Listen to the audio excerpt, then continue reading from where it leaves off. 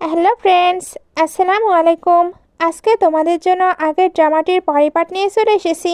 যারা আগের পার্টটি দেখোনি তারা প্রথম কমেন্ট চেক করো, ওইখানে লিংক দিয়ে রেখেছি। এই পার্টির শুরুতে জিমিং এবং দুইয়ের বিয়ে দেখানো হয়। জেনিম দুইয়ের জন্য অপেক্ষা করছিল। দুই আস্তে আস্তে ভাবছিল, আমি লিয়ের প্ল্যান নিয়ে এখানে এসেছিলাম, তবে আমি এখন আপনার সঙ্গে বিয়ে করতে যাচ্ছি। জানি না আপনার প্ল্যান কি। জেনিম এবার একটু ফ্ল্যাশব্যাক দেখে, যেখানে এরা দুজন একসঙ্গে ফাইট করছিল। ওইখানে জিনিম জিজ্ঞেস করেছিল, তুমি যদি জীবিত অবস্থায় বের হতে পারো তাহলে তুমি কি করতে চাইবে? দুই বলে, আগে তো বেঁচে ফিরি, আর 8জন আছে, যদি আমরা তাদের মারতে পারি তবে মুক্ত হব। জিনিম বলে, বেঁচে থাকার জন্য একটি কারণ লাগে তো, তাই না? দুই বলে, তোমার মুখটা দেখতে বেশ সুন্দর, যদি আমরা বেঁচে থাকি তবে তোমার আমাকে বিয়ে করা উচিত। এগুলোর পরে তারা কিন্তু যুদ্ধে বিজয়ী হয়েছিল।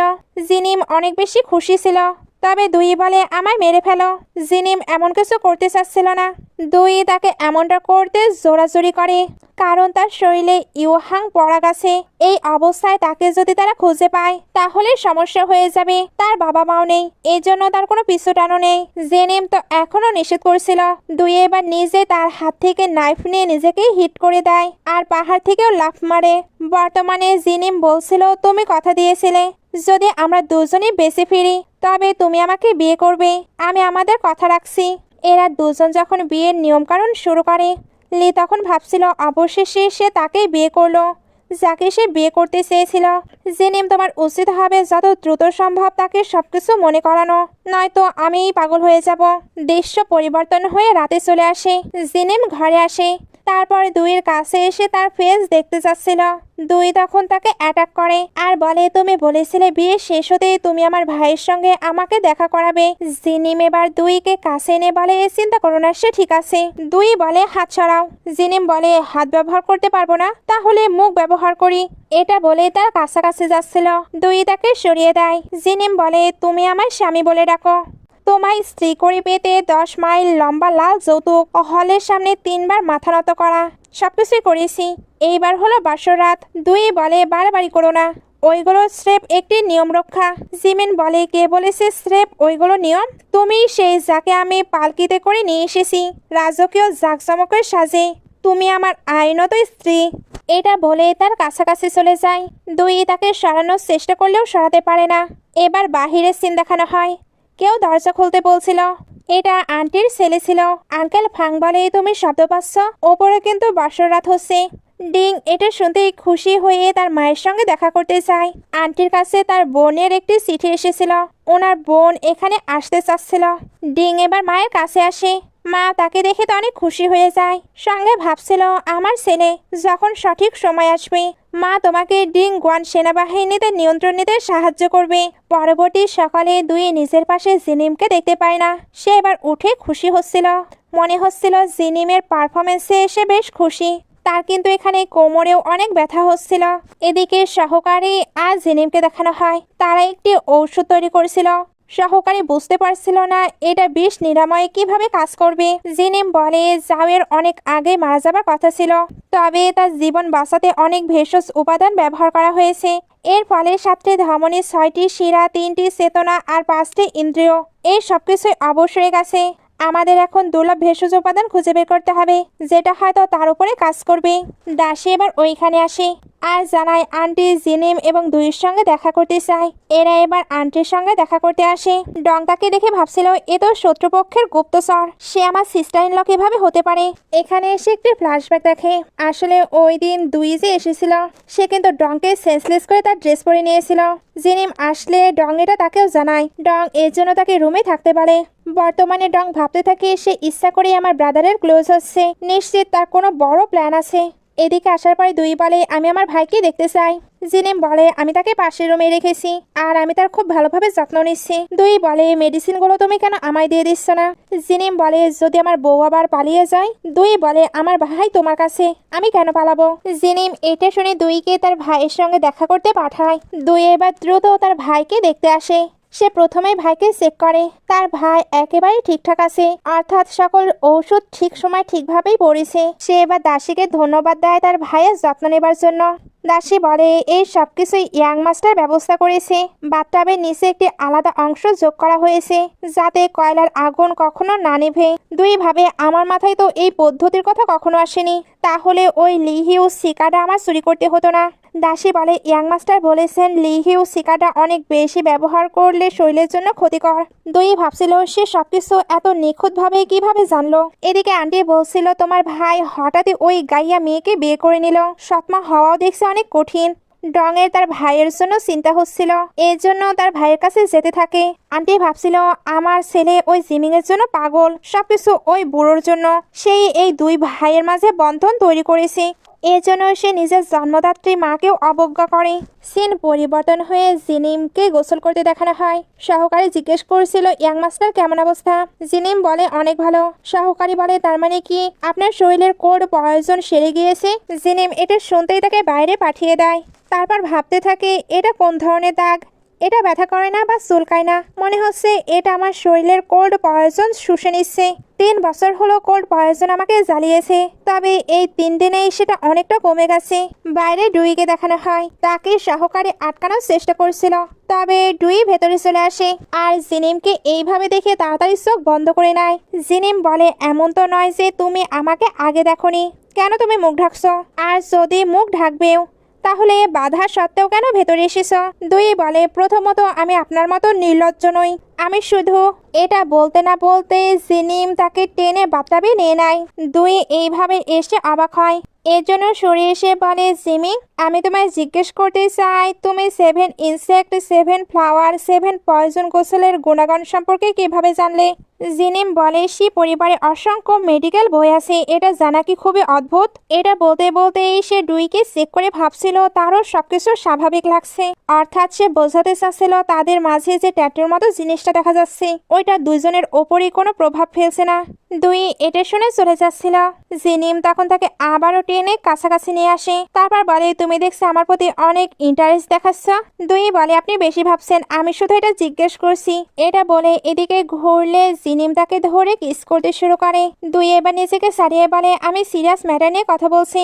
জিনিম বলে আমিও সিরিয়াস কিছু করছি, তোমার মার্শাল আর্ট দক্ষতা শুধু বাইরের। দুই বলে কিন্তু। জিনিম বলে কিন্তু কি? যে আগুন তুমি জ্বালিয়েছ তা তোমার নিজেরই নেভানো উচিত। এটা বলে তার কাছাকাছি যাচ্ছিল। দুই এবার বলে আমার ভাইয়ের ওষুধ পাঠাতে হবে। এটা বলেই সে ওইখান থেকে চলে যায়। জিনিম তখন ভাবছিল ভালো হয়েছে আমি তাকে বোকা বানাতে পেরেছি, তবে সে কেন আমাকে এগুলো জিজ্ঞেস করছিল? তার কি কোনো কিছু মনে পড়েছে? বাইরে দুই এসে ভাবছিল তার মাথায় কি সারাদিন এগুলোই ঘুরে। আমাকে ভাইকে দ্রুত সারিয়ে তুলতে হবে। এগুলো ভাবতে ভাবতেই সে যখন যাচ্ছিল তখন ডং এসে তার উপরে অ্যাটাক করে দেয়। দুজনের মাঝে অনেকটা সময় ফাইট হয়। তারপর দুই বলে আপনি এটা কি করছেন? ডং বলে তুমি কি আমায় ভুলে গিয়েছ? 100 ফ্লাওয়ার্স পেভিলিয়ন, আমি সেই। দুই বলে আপনিই সে ছিলেন। ওই ঘটনাটা পরিস্থিতির কারণে হয়েছিল। যদি আমি আপনার মনে কষ্ট দিয়ে থাকি তবে আমি সত্যিই ক্ষমা চাইছি। ডং বলে পরিস্থিতির কারণে? সেদিন তুমি 100 ফ্লাওয়ার্স পেভিলিয়নে লুকিয়ে ঢুকেছিলে আর লিহিউ শিকাটা চুরি করেছিলে। কয়েকদিনের মধ্যে প্রিন্সেস শাংইং যিনি এইমাত্র রাজধানীতে পৌঁছেছিলেন এক অদ্ভুত বিষে মারা গেলেন। আমাকে সবকিছু সত্যি সত্যি বলো। দুই বলে আপনি সন্দেহ করছেন আমি কোনো স্পাই? ডং বলে সন্দেহ করছি না, তুমি সত্যিই স্পাই। ওইখানে এবার জিমিং আসে, তারপর বলে আমি তোমাকে তলোয়ার দিয়েছি নিজের পরিবারের বিরুদ্ধে ব্যবহার করার জন্য নয়। নিজের সামনের মানুষটিকে পরিষ্কার করে দেখো, সে তোমার বড় ভাবি। ডং বলে ভাই এই মহিলাটি সন্দেহজনক, আমার সন্দেহ সে শত্রুপক্ষের গুপ্তচর। জিনিম বলে আমি তাকে রাজকীয় পালকিতে করে প্রাসাদে নিয়ে এসেছি, তুমি তাকে অসম্মান করতে পারো না।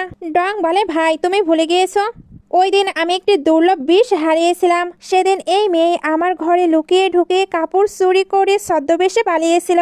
জিনিমেরও এবার ওই দিনের কথা মনে পড়ে। সত্যি ওই দিন ডংকে অদ্ভুত লাগছিল, অর্থাৎ দুই ডং সেজে পালিয়েছিল। ডং তো রুমেই ছিল। সবকিছু মনে করার পরেও সে ডংয়ের হাত থেকে তলোয়ার ফেলে দেয় আর বলে সে কোনো স্পাই নয়। ডং এর তো পুরো মনে হচ্ছিল এটাই স্পাই। জিমিং বলে সে তার ভাইকে রক্ষা করছে, যদি বিশ্বাস না হয় তাহলে ভিতরে গিয়ে দেখে আসো। সহকারীও বলে হ্যাঁ সেকেন্ড মাস্টার, ম্যাডাম নিশ্চিতভাবেই কোনো গুপ্তচর নন, আমি সেটার গ্যারেন্টিও দিতে পারি। ওনার ভাইয়ের জন্মগত হৃদরোগ আছে, ম্যাডাম ওষুধটি চুরি করেছে শুধুমাত্র ওনার ভাইয়ের জীবন বাঁচানোর জন্য। জিমিং এবার দুইকে ঘরে পাঠিয়ে দেয়। ডং এর অনেক রাগ হচ্ছিল। দুই ভাবতে থাকে জিমিং তুমি এইভাবে কেন আমায় প্রোটেক্ট করছো? একটু পরে তাকে ভাইয়ের কাছে দেখানো হয়। সে বলছিল একবার স্টারমুন স্যান্ড পেয়ে গেলে আমি তোমার শরীরের সব বিষ সরিয়ে দেব, তারপর আমরা স্বাধীনভাবে থাকতে পারবো। যাও বলে তুমি স্বাধীনভাবে থাকতে চাও, তবে ইতিমধ্যে তো তোমার বিয়ে হয়ে গেছে। দুই বলে আমার শিলি ব্রাদার, তারা উচ্চ পদে থাকে, তারা অনেক বেশি রহস্যময়। এই বিয়েটাও হয়তো কোনো দাবার চাল। দেখবে এক সময় তার জীবনে আমার কোনো গুরুত্ব থাকবে না। যা ভাবছিল, আমার তো মনে হয় দুলাভাই তাকে অনেক ভালোবাসে। দুই বলে তুমি সুস্থ হবার পরে আমরা একটি মাউন্টেনে যাব, ওইখানে আমাদের ছোট্ট বাসা থাকবে, তুমি বিয়ে করবে, তোমার ছোট ছোট বাচ্চা হবে, আমাদের বাড়িটা তখন আবারও প্রাণবন্ত হয়ে উঠবে। এদিকে ডং এখনো বলে যাচ্ছিল ওই মেয়েটি সত্যিই সমস্যাজনক। জিনিম এবার রেগে বলে যথেষ্ট হয়েছে, শেষবারের মতো বলছি, সে তোমার বড় ভাবি, বলো তোমার ভবিষ্যৎ পরিকল্পনা কি? ডং বলে যুদ্ধ মন্ত্রণালয়ের আদেশের অপেক্ষায় আছি। জিনিম বলে তোমায় কোথায় নিয়োগ দেওয়া হবে? ডং বলে যেখানেই নিয়োগ দেওয়া হোক না কেন, আমি নিশ্চিত করব যেন দা ইউএর সীমান্ত লোহার খাঁচার মতো সুরক্ষিত থাকে, আর আমি নিশ্চিতভাবে দা ইউএর মানুষকে যুদ্ধের কষ্ট সহ্য করতে দেব না। জিনিম বলে আমি তোমাকে একটা কথা জিজ্ঞেস করি, যদি তোমার খুব কাছের কেউ তুমি জানতে পারো সে অনেক ক্ষমার অযোগ্য কাজ করেছে, তবে তুমি কি করবে? ডং বলে সেটা নির্ভর করে ওই মানুষটা আসলে ঠিক কি করেছে তার উপর।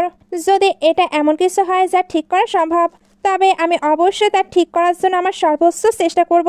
কিন্তু যদি তা আসলেই পাপ হয় আর ক্ষমার অযোগ্য হয়, তবে আমাকে পরিবারের চেয়ে ন্যায় বিচারকেই বেছে নিতে হবে। জিনিম এটা শুনে খুশি হয়ে ভাবছিল ভালো হয়েছে বাবা তোমাকে নিজের কাছে রেখেছিল। যদি আন্টি তোমাকে বড় করতেন তাহলে তুমি পুরো সেনাবাহিনীকে শেষ করে দিতে। এদিকে আন্টির কাছে ওনার বোনের আবারও চিঠি এসেছিল। উনি লিখেছিল আমরা একসঙ্গেই ওপরে উঠবো, একসঙ্গেই নিচে নামবো। এখন আমার তোমার সাহায্যের প্রয়োজন। তুমি যদি আমায় সাহায্য না করো তাহলে আমরা দুজনেই শেষ হয়ে যাব। আন্টি এগুলো পড়ার পরেই ভাবছিল জিমিং তোমার এবার একটি ব্যবস্থা করতেই হবে। এদিকে জিমিং এর কাছে সহকারী এসে বলে আপনি ম্যাডামকে কেন সবকিছু বলে দিচ্ছেন না? জিমিং বলে আমি চাই তার জীবনটা অনেক সহজভাবে চলুক, আমার স্ত্রী যেন শান্তিতে থাকে। সহকারী বলে আপনার কি হবে? জিমিং এটার উত্তর দেয় না। ওইখানে এবার একটি দাসী স্বপ্নে আসে। জিমিং ওইটা দেখেই বুঝতে পারে এটাতে পয়জন দেয়া আছে। সে এর পরেও ওইটা খেয়ে নেয়। খাওয়া শেষ হলে দাসী ওইটা নিয়ে চলে যাচ্ছিল। ডুইও তখনই আসছিল। সেও ওইটার থেকে স্মেল পেয়ে বুঝতে পারে পয়জন আছে। সে তার জিমিংকে জিজ্ঞেস করে তুমি এটা খেয়ে নিয়েছো, ওইটাতে পয়জন আছে। জিমিং বলে ম্যাডাম দেখছি আমায় নিয়ে চিন্তাও করে। চিন্তা করো না, আমি যেহেতু ওইটা খেয়েছি তাহলে আমার কাছে অ্যান্টিডট আছে। দুই তার কাছে এসে বলে তাই? সে তো দেখে জিমিং এর কোনো চিন্তা নেই, এজন্য সে ওইখান থেকে চলে যায়। জিমিং এবার ভাবতে থাকে সে কি জানতে পারবে তার কাছে সিকিং বাটারফ্লাই আছে, অতীতে যা আমরা খুঁজে পেতাম না। তিনি একবার কাজে নামলে তা সহজেই পাওয়া যেত। রাতে জিমিং ঘরে এসে দুইকে বলে তুমি কি পরে আছো, আর এই স্মেল এটা কতটা ভালো? দুই বলে এটা এপিফাইলাম, এটাই আমাকে সারা রাত ঘুমাতে সাহায্য করে। দুই এখানে কোথাও একটু যাবার জন্য বের হচ্ছিল। জিমিং বলে তুমি শিওর এইভাবে গেলে কাজ হবে? সিমিং বলে ওইটা আমি চুরি করতে চাচ্ছি, কাউকে শেষ করতে নাই, তাই অবশ্যই কাজ হবে। আচ্ছা স্টারলাইট স্যান্ডা পৌঁছাতে আর কত সময় লাগবে? জিমিং বলে আমি ইতিমধ্যে আমার লোক পাঠিয়েছি, তারা দিনরাত ভ্রমণ করছে। তুমি যদি সঠিক সময় জানতে চাও তাহলে এটা তো ঘোড়ার গতির উপরে নির্ভর করছে। দুই আপসেট হয়ে যায়। জিমিং উঠে বলে আমি কথার খেলাপ করি না, স্টারলাইট স্যান্ড সময় মতো অবশ্যই তোমার কাছে পৌঁছে যাবে, আমাকে বিশ্বাস করো। দুই বলে আমি আপাতত আপনাকে বিশ্বাস করছি। এটা বলে এসে চলে যায়। জিমিং তখন ভাবছিল ওই সময় তুমি চেষ্টা করেছিলে পাপেট ক্যাম্পের খুনিদের মনোযোগ সরাতে, যাতে আমি বেঁচে থাকতে পারি। তবে তুমি পাহাড় থেকে লাফ দেওয়ার পরে আমার বাবা এবং মন্ত্রী লি ডিঙ্গওয়ান সেনাবাহিনী নিয়ে পাপেট ক্যাম্পে অতর্কিত হামলা চালিয়েছিল, যা কুয়াশাচ্ছন্ন বনে লুকানো ছিল, আর পাপেট ক্যাম্পকে ধ্বংস করে দিয়েছিল। আমি এত বছর পর তোমায় খুঁজে পেয়েছি। আমি কিভাবে সহ্য করব যে তুমি আমার জন্য আবার নিজের জীবন ঝুঁকিতে ফেলবে? এদিকে দুই তো কাজের জন্য রুমের ভেতরে ঢুকে পড়েছে। জিমিং তাকে ফলো করছিল। এখানে এসে একটি বাটারফ্লাই দেখতে পায়। যখনই সে ওইটা স্পর্শ করবে তখনই তার শরীর অনেক খারাপ করছিল, তার চোখগুলো লাল হয়ে যায়। এর জন্য ঘরে চলে আসে। পরবর্তী সকালে এসে ডুইকে দেখতে পায় না, এর জন্য সে চিন্তিত হয়ে তাড়াতাড়ি ডুইকে খুঁজতে থাকে। ডুই কিছু লিখছিল, লিখতে লিখতে ওইখানেই ঘুমিয়ে পড়েছে। দুই হঠাৎ তাকে দেখে অ্যাটাক করে দেয়। জিমিং ওইটা থেকে বেঁচে তাকে কোলে তুলে নেয় আর বলে আগে ঘুমাও, তারপর লিখো। 2 এবার বলে ভাইকে আমাকে গোসল করাতে হবে। সহকারী বলে ম্যাডাম চিন্তা করবেন না, দাসী অলরেডি সকল প্রসেস শিখে নিয়েছে। 2 এখনো নিজেকে নামাতে বলছিল। জিমিং বলে চিৎকার করছো কেন, যাতে সবাই শুনতে পায়। সে এবার তাকে বিছানায় শুয়ে দেয় আর বলে তোমার সুগন্ধ সত্যি অসাধারণ। 2 রাগ হচ্ছিল, তবে জিনিম বলে এক্ষুনি ঘুমিয়ে পড়ো। সে তো বাইরে চলে আসে। 2 তখন আবারও ওঠার চেষ্টা করে, বাট জিনিম তাকে চেক করতে আসে। 2কে তাই না চাইতেও ঘুমাতে হয়। বাইরে জিমিংকে দেখানো হয় তার শরীর অনেক খারাপ করছিল, এজন্য সে গোসল করে নিজেকে শান্ত করার চেষ্টা করে। জিমিং কিন্তু ইদানিং খেয়াল করছে সে খিটখিটে অনুভব করছে, এজন্য সে নিজের মাথা শান্ত করার চেষ্টা করে। তখনই ডং আসে। জিমিং তাড়াতাড়ি বসে পড়ে। ডং বলে তুমি এই দিনের আলোতে কেন গোসল করছো? ডং এবার বলে আমি তোমার জন্য 5 ফ্লেভার্স হাউস থেকে সেই পেস্ট্রিগুলো নিয়ে এসেছি, যেগুলো তোমার খুব প্রিয়। এখানে তো কোনো দাসী ছিল না। ডং তাই জিমিংকে তাকে গোসল করতে হেল্প করতে চায়। জিমিং বলে তোমার যদি এতই হেল্প করার ইচ্ছে থাকে তাহলে জাওয়ের কাছে গিয়ে তাকে সাহায্য করো। ডং এটা শুনতে জাওয়ের ঘরে আসে। তারপর বলে আজকে তোমাকে আমি গোসল করাতে হেল্প করব।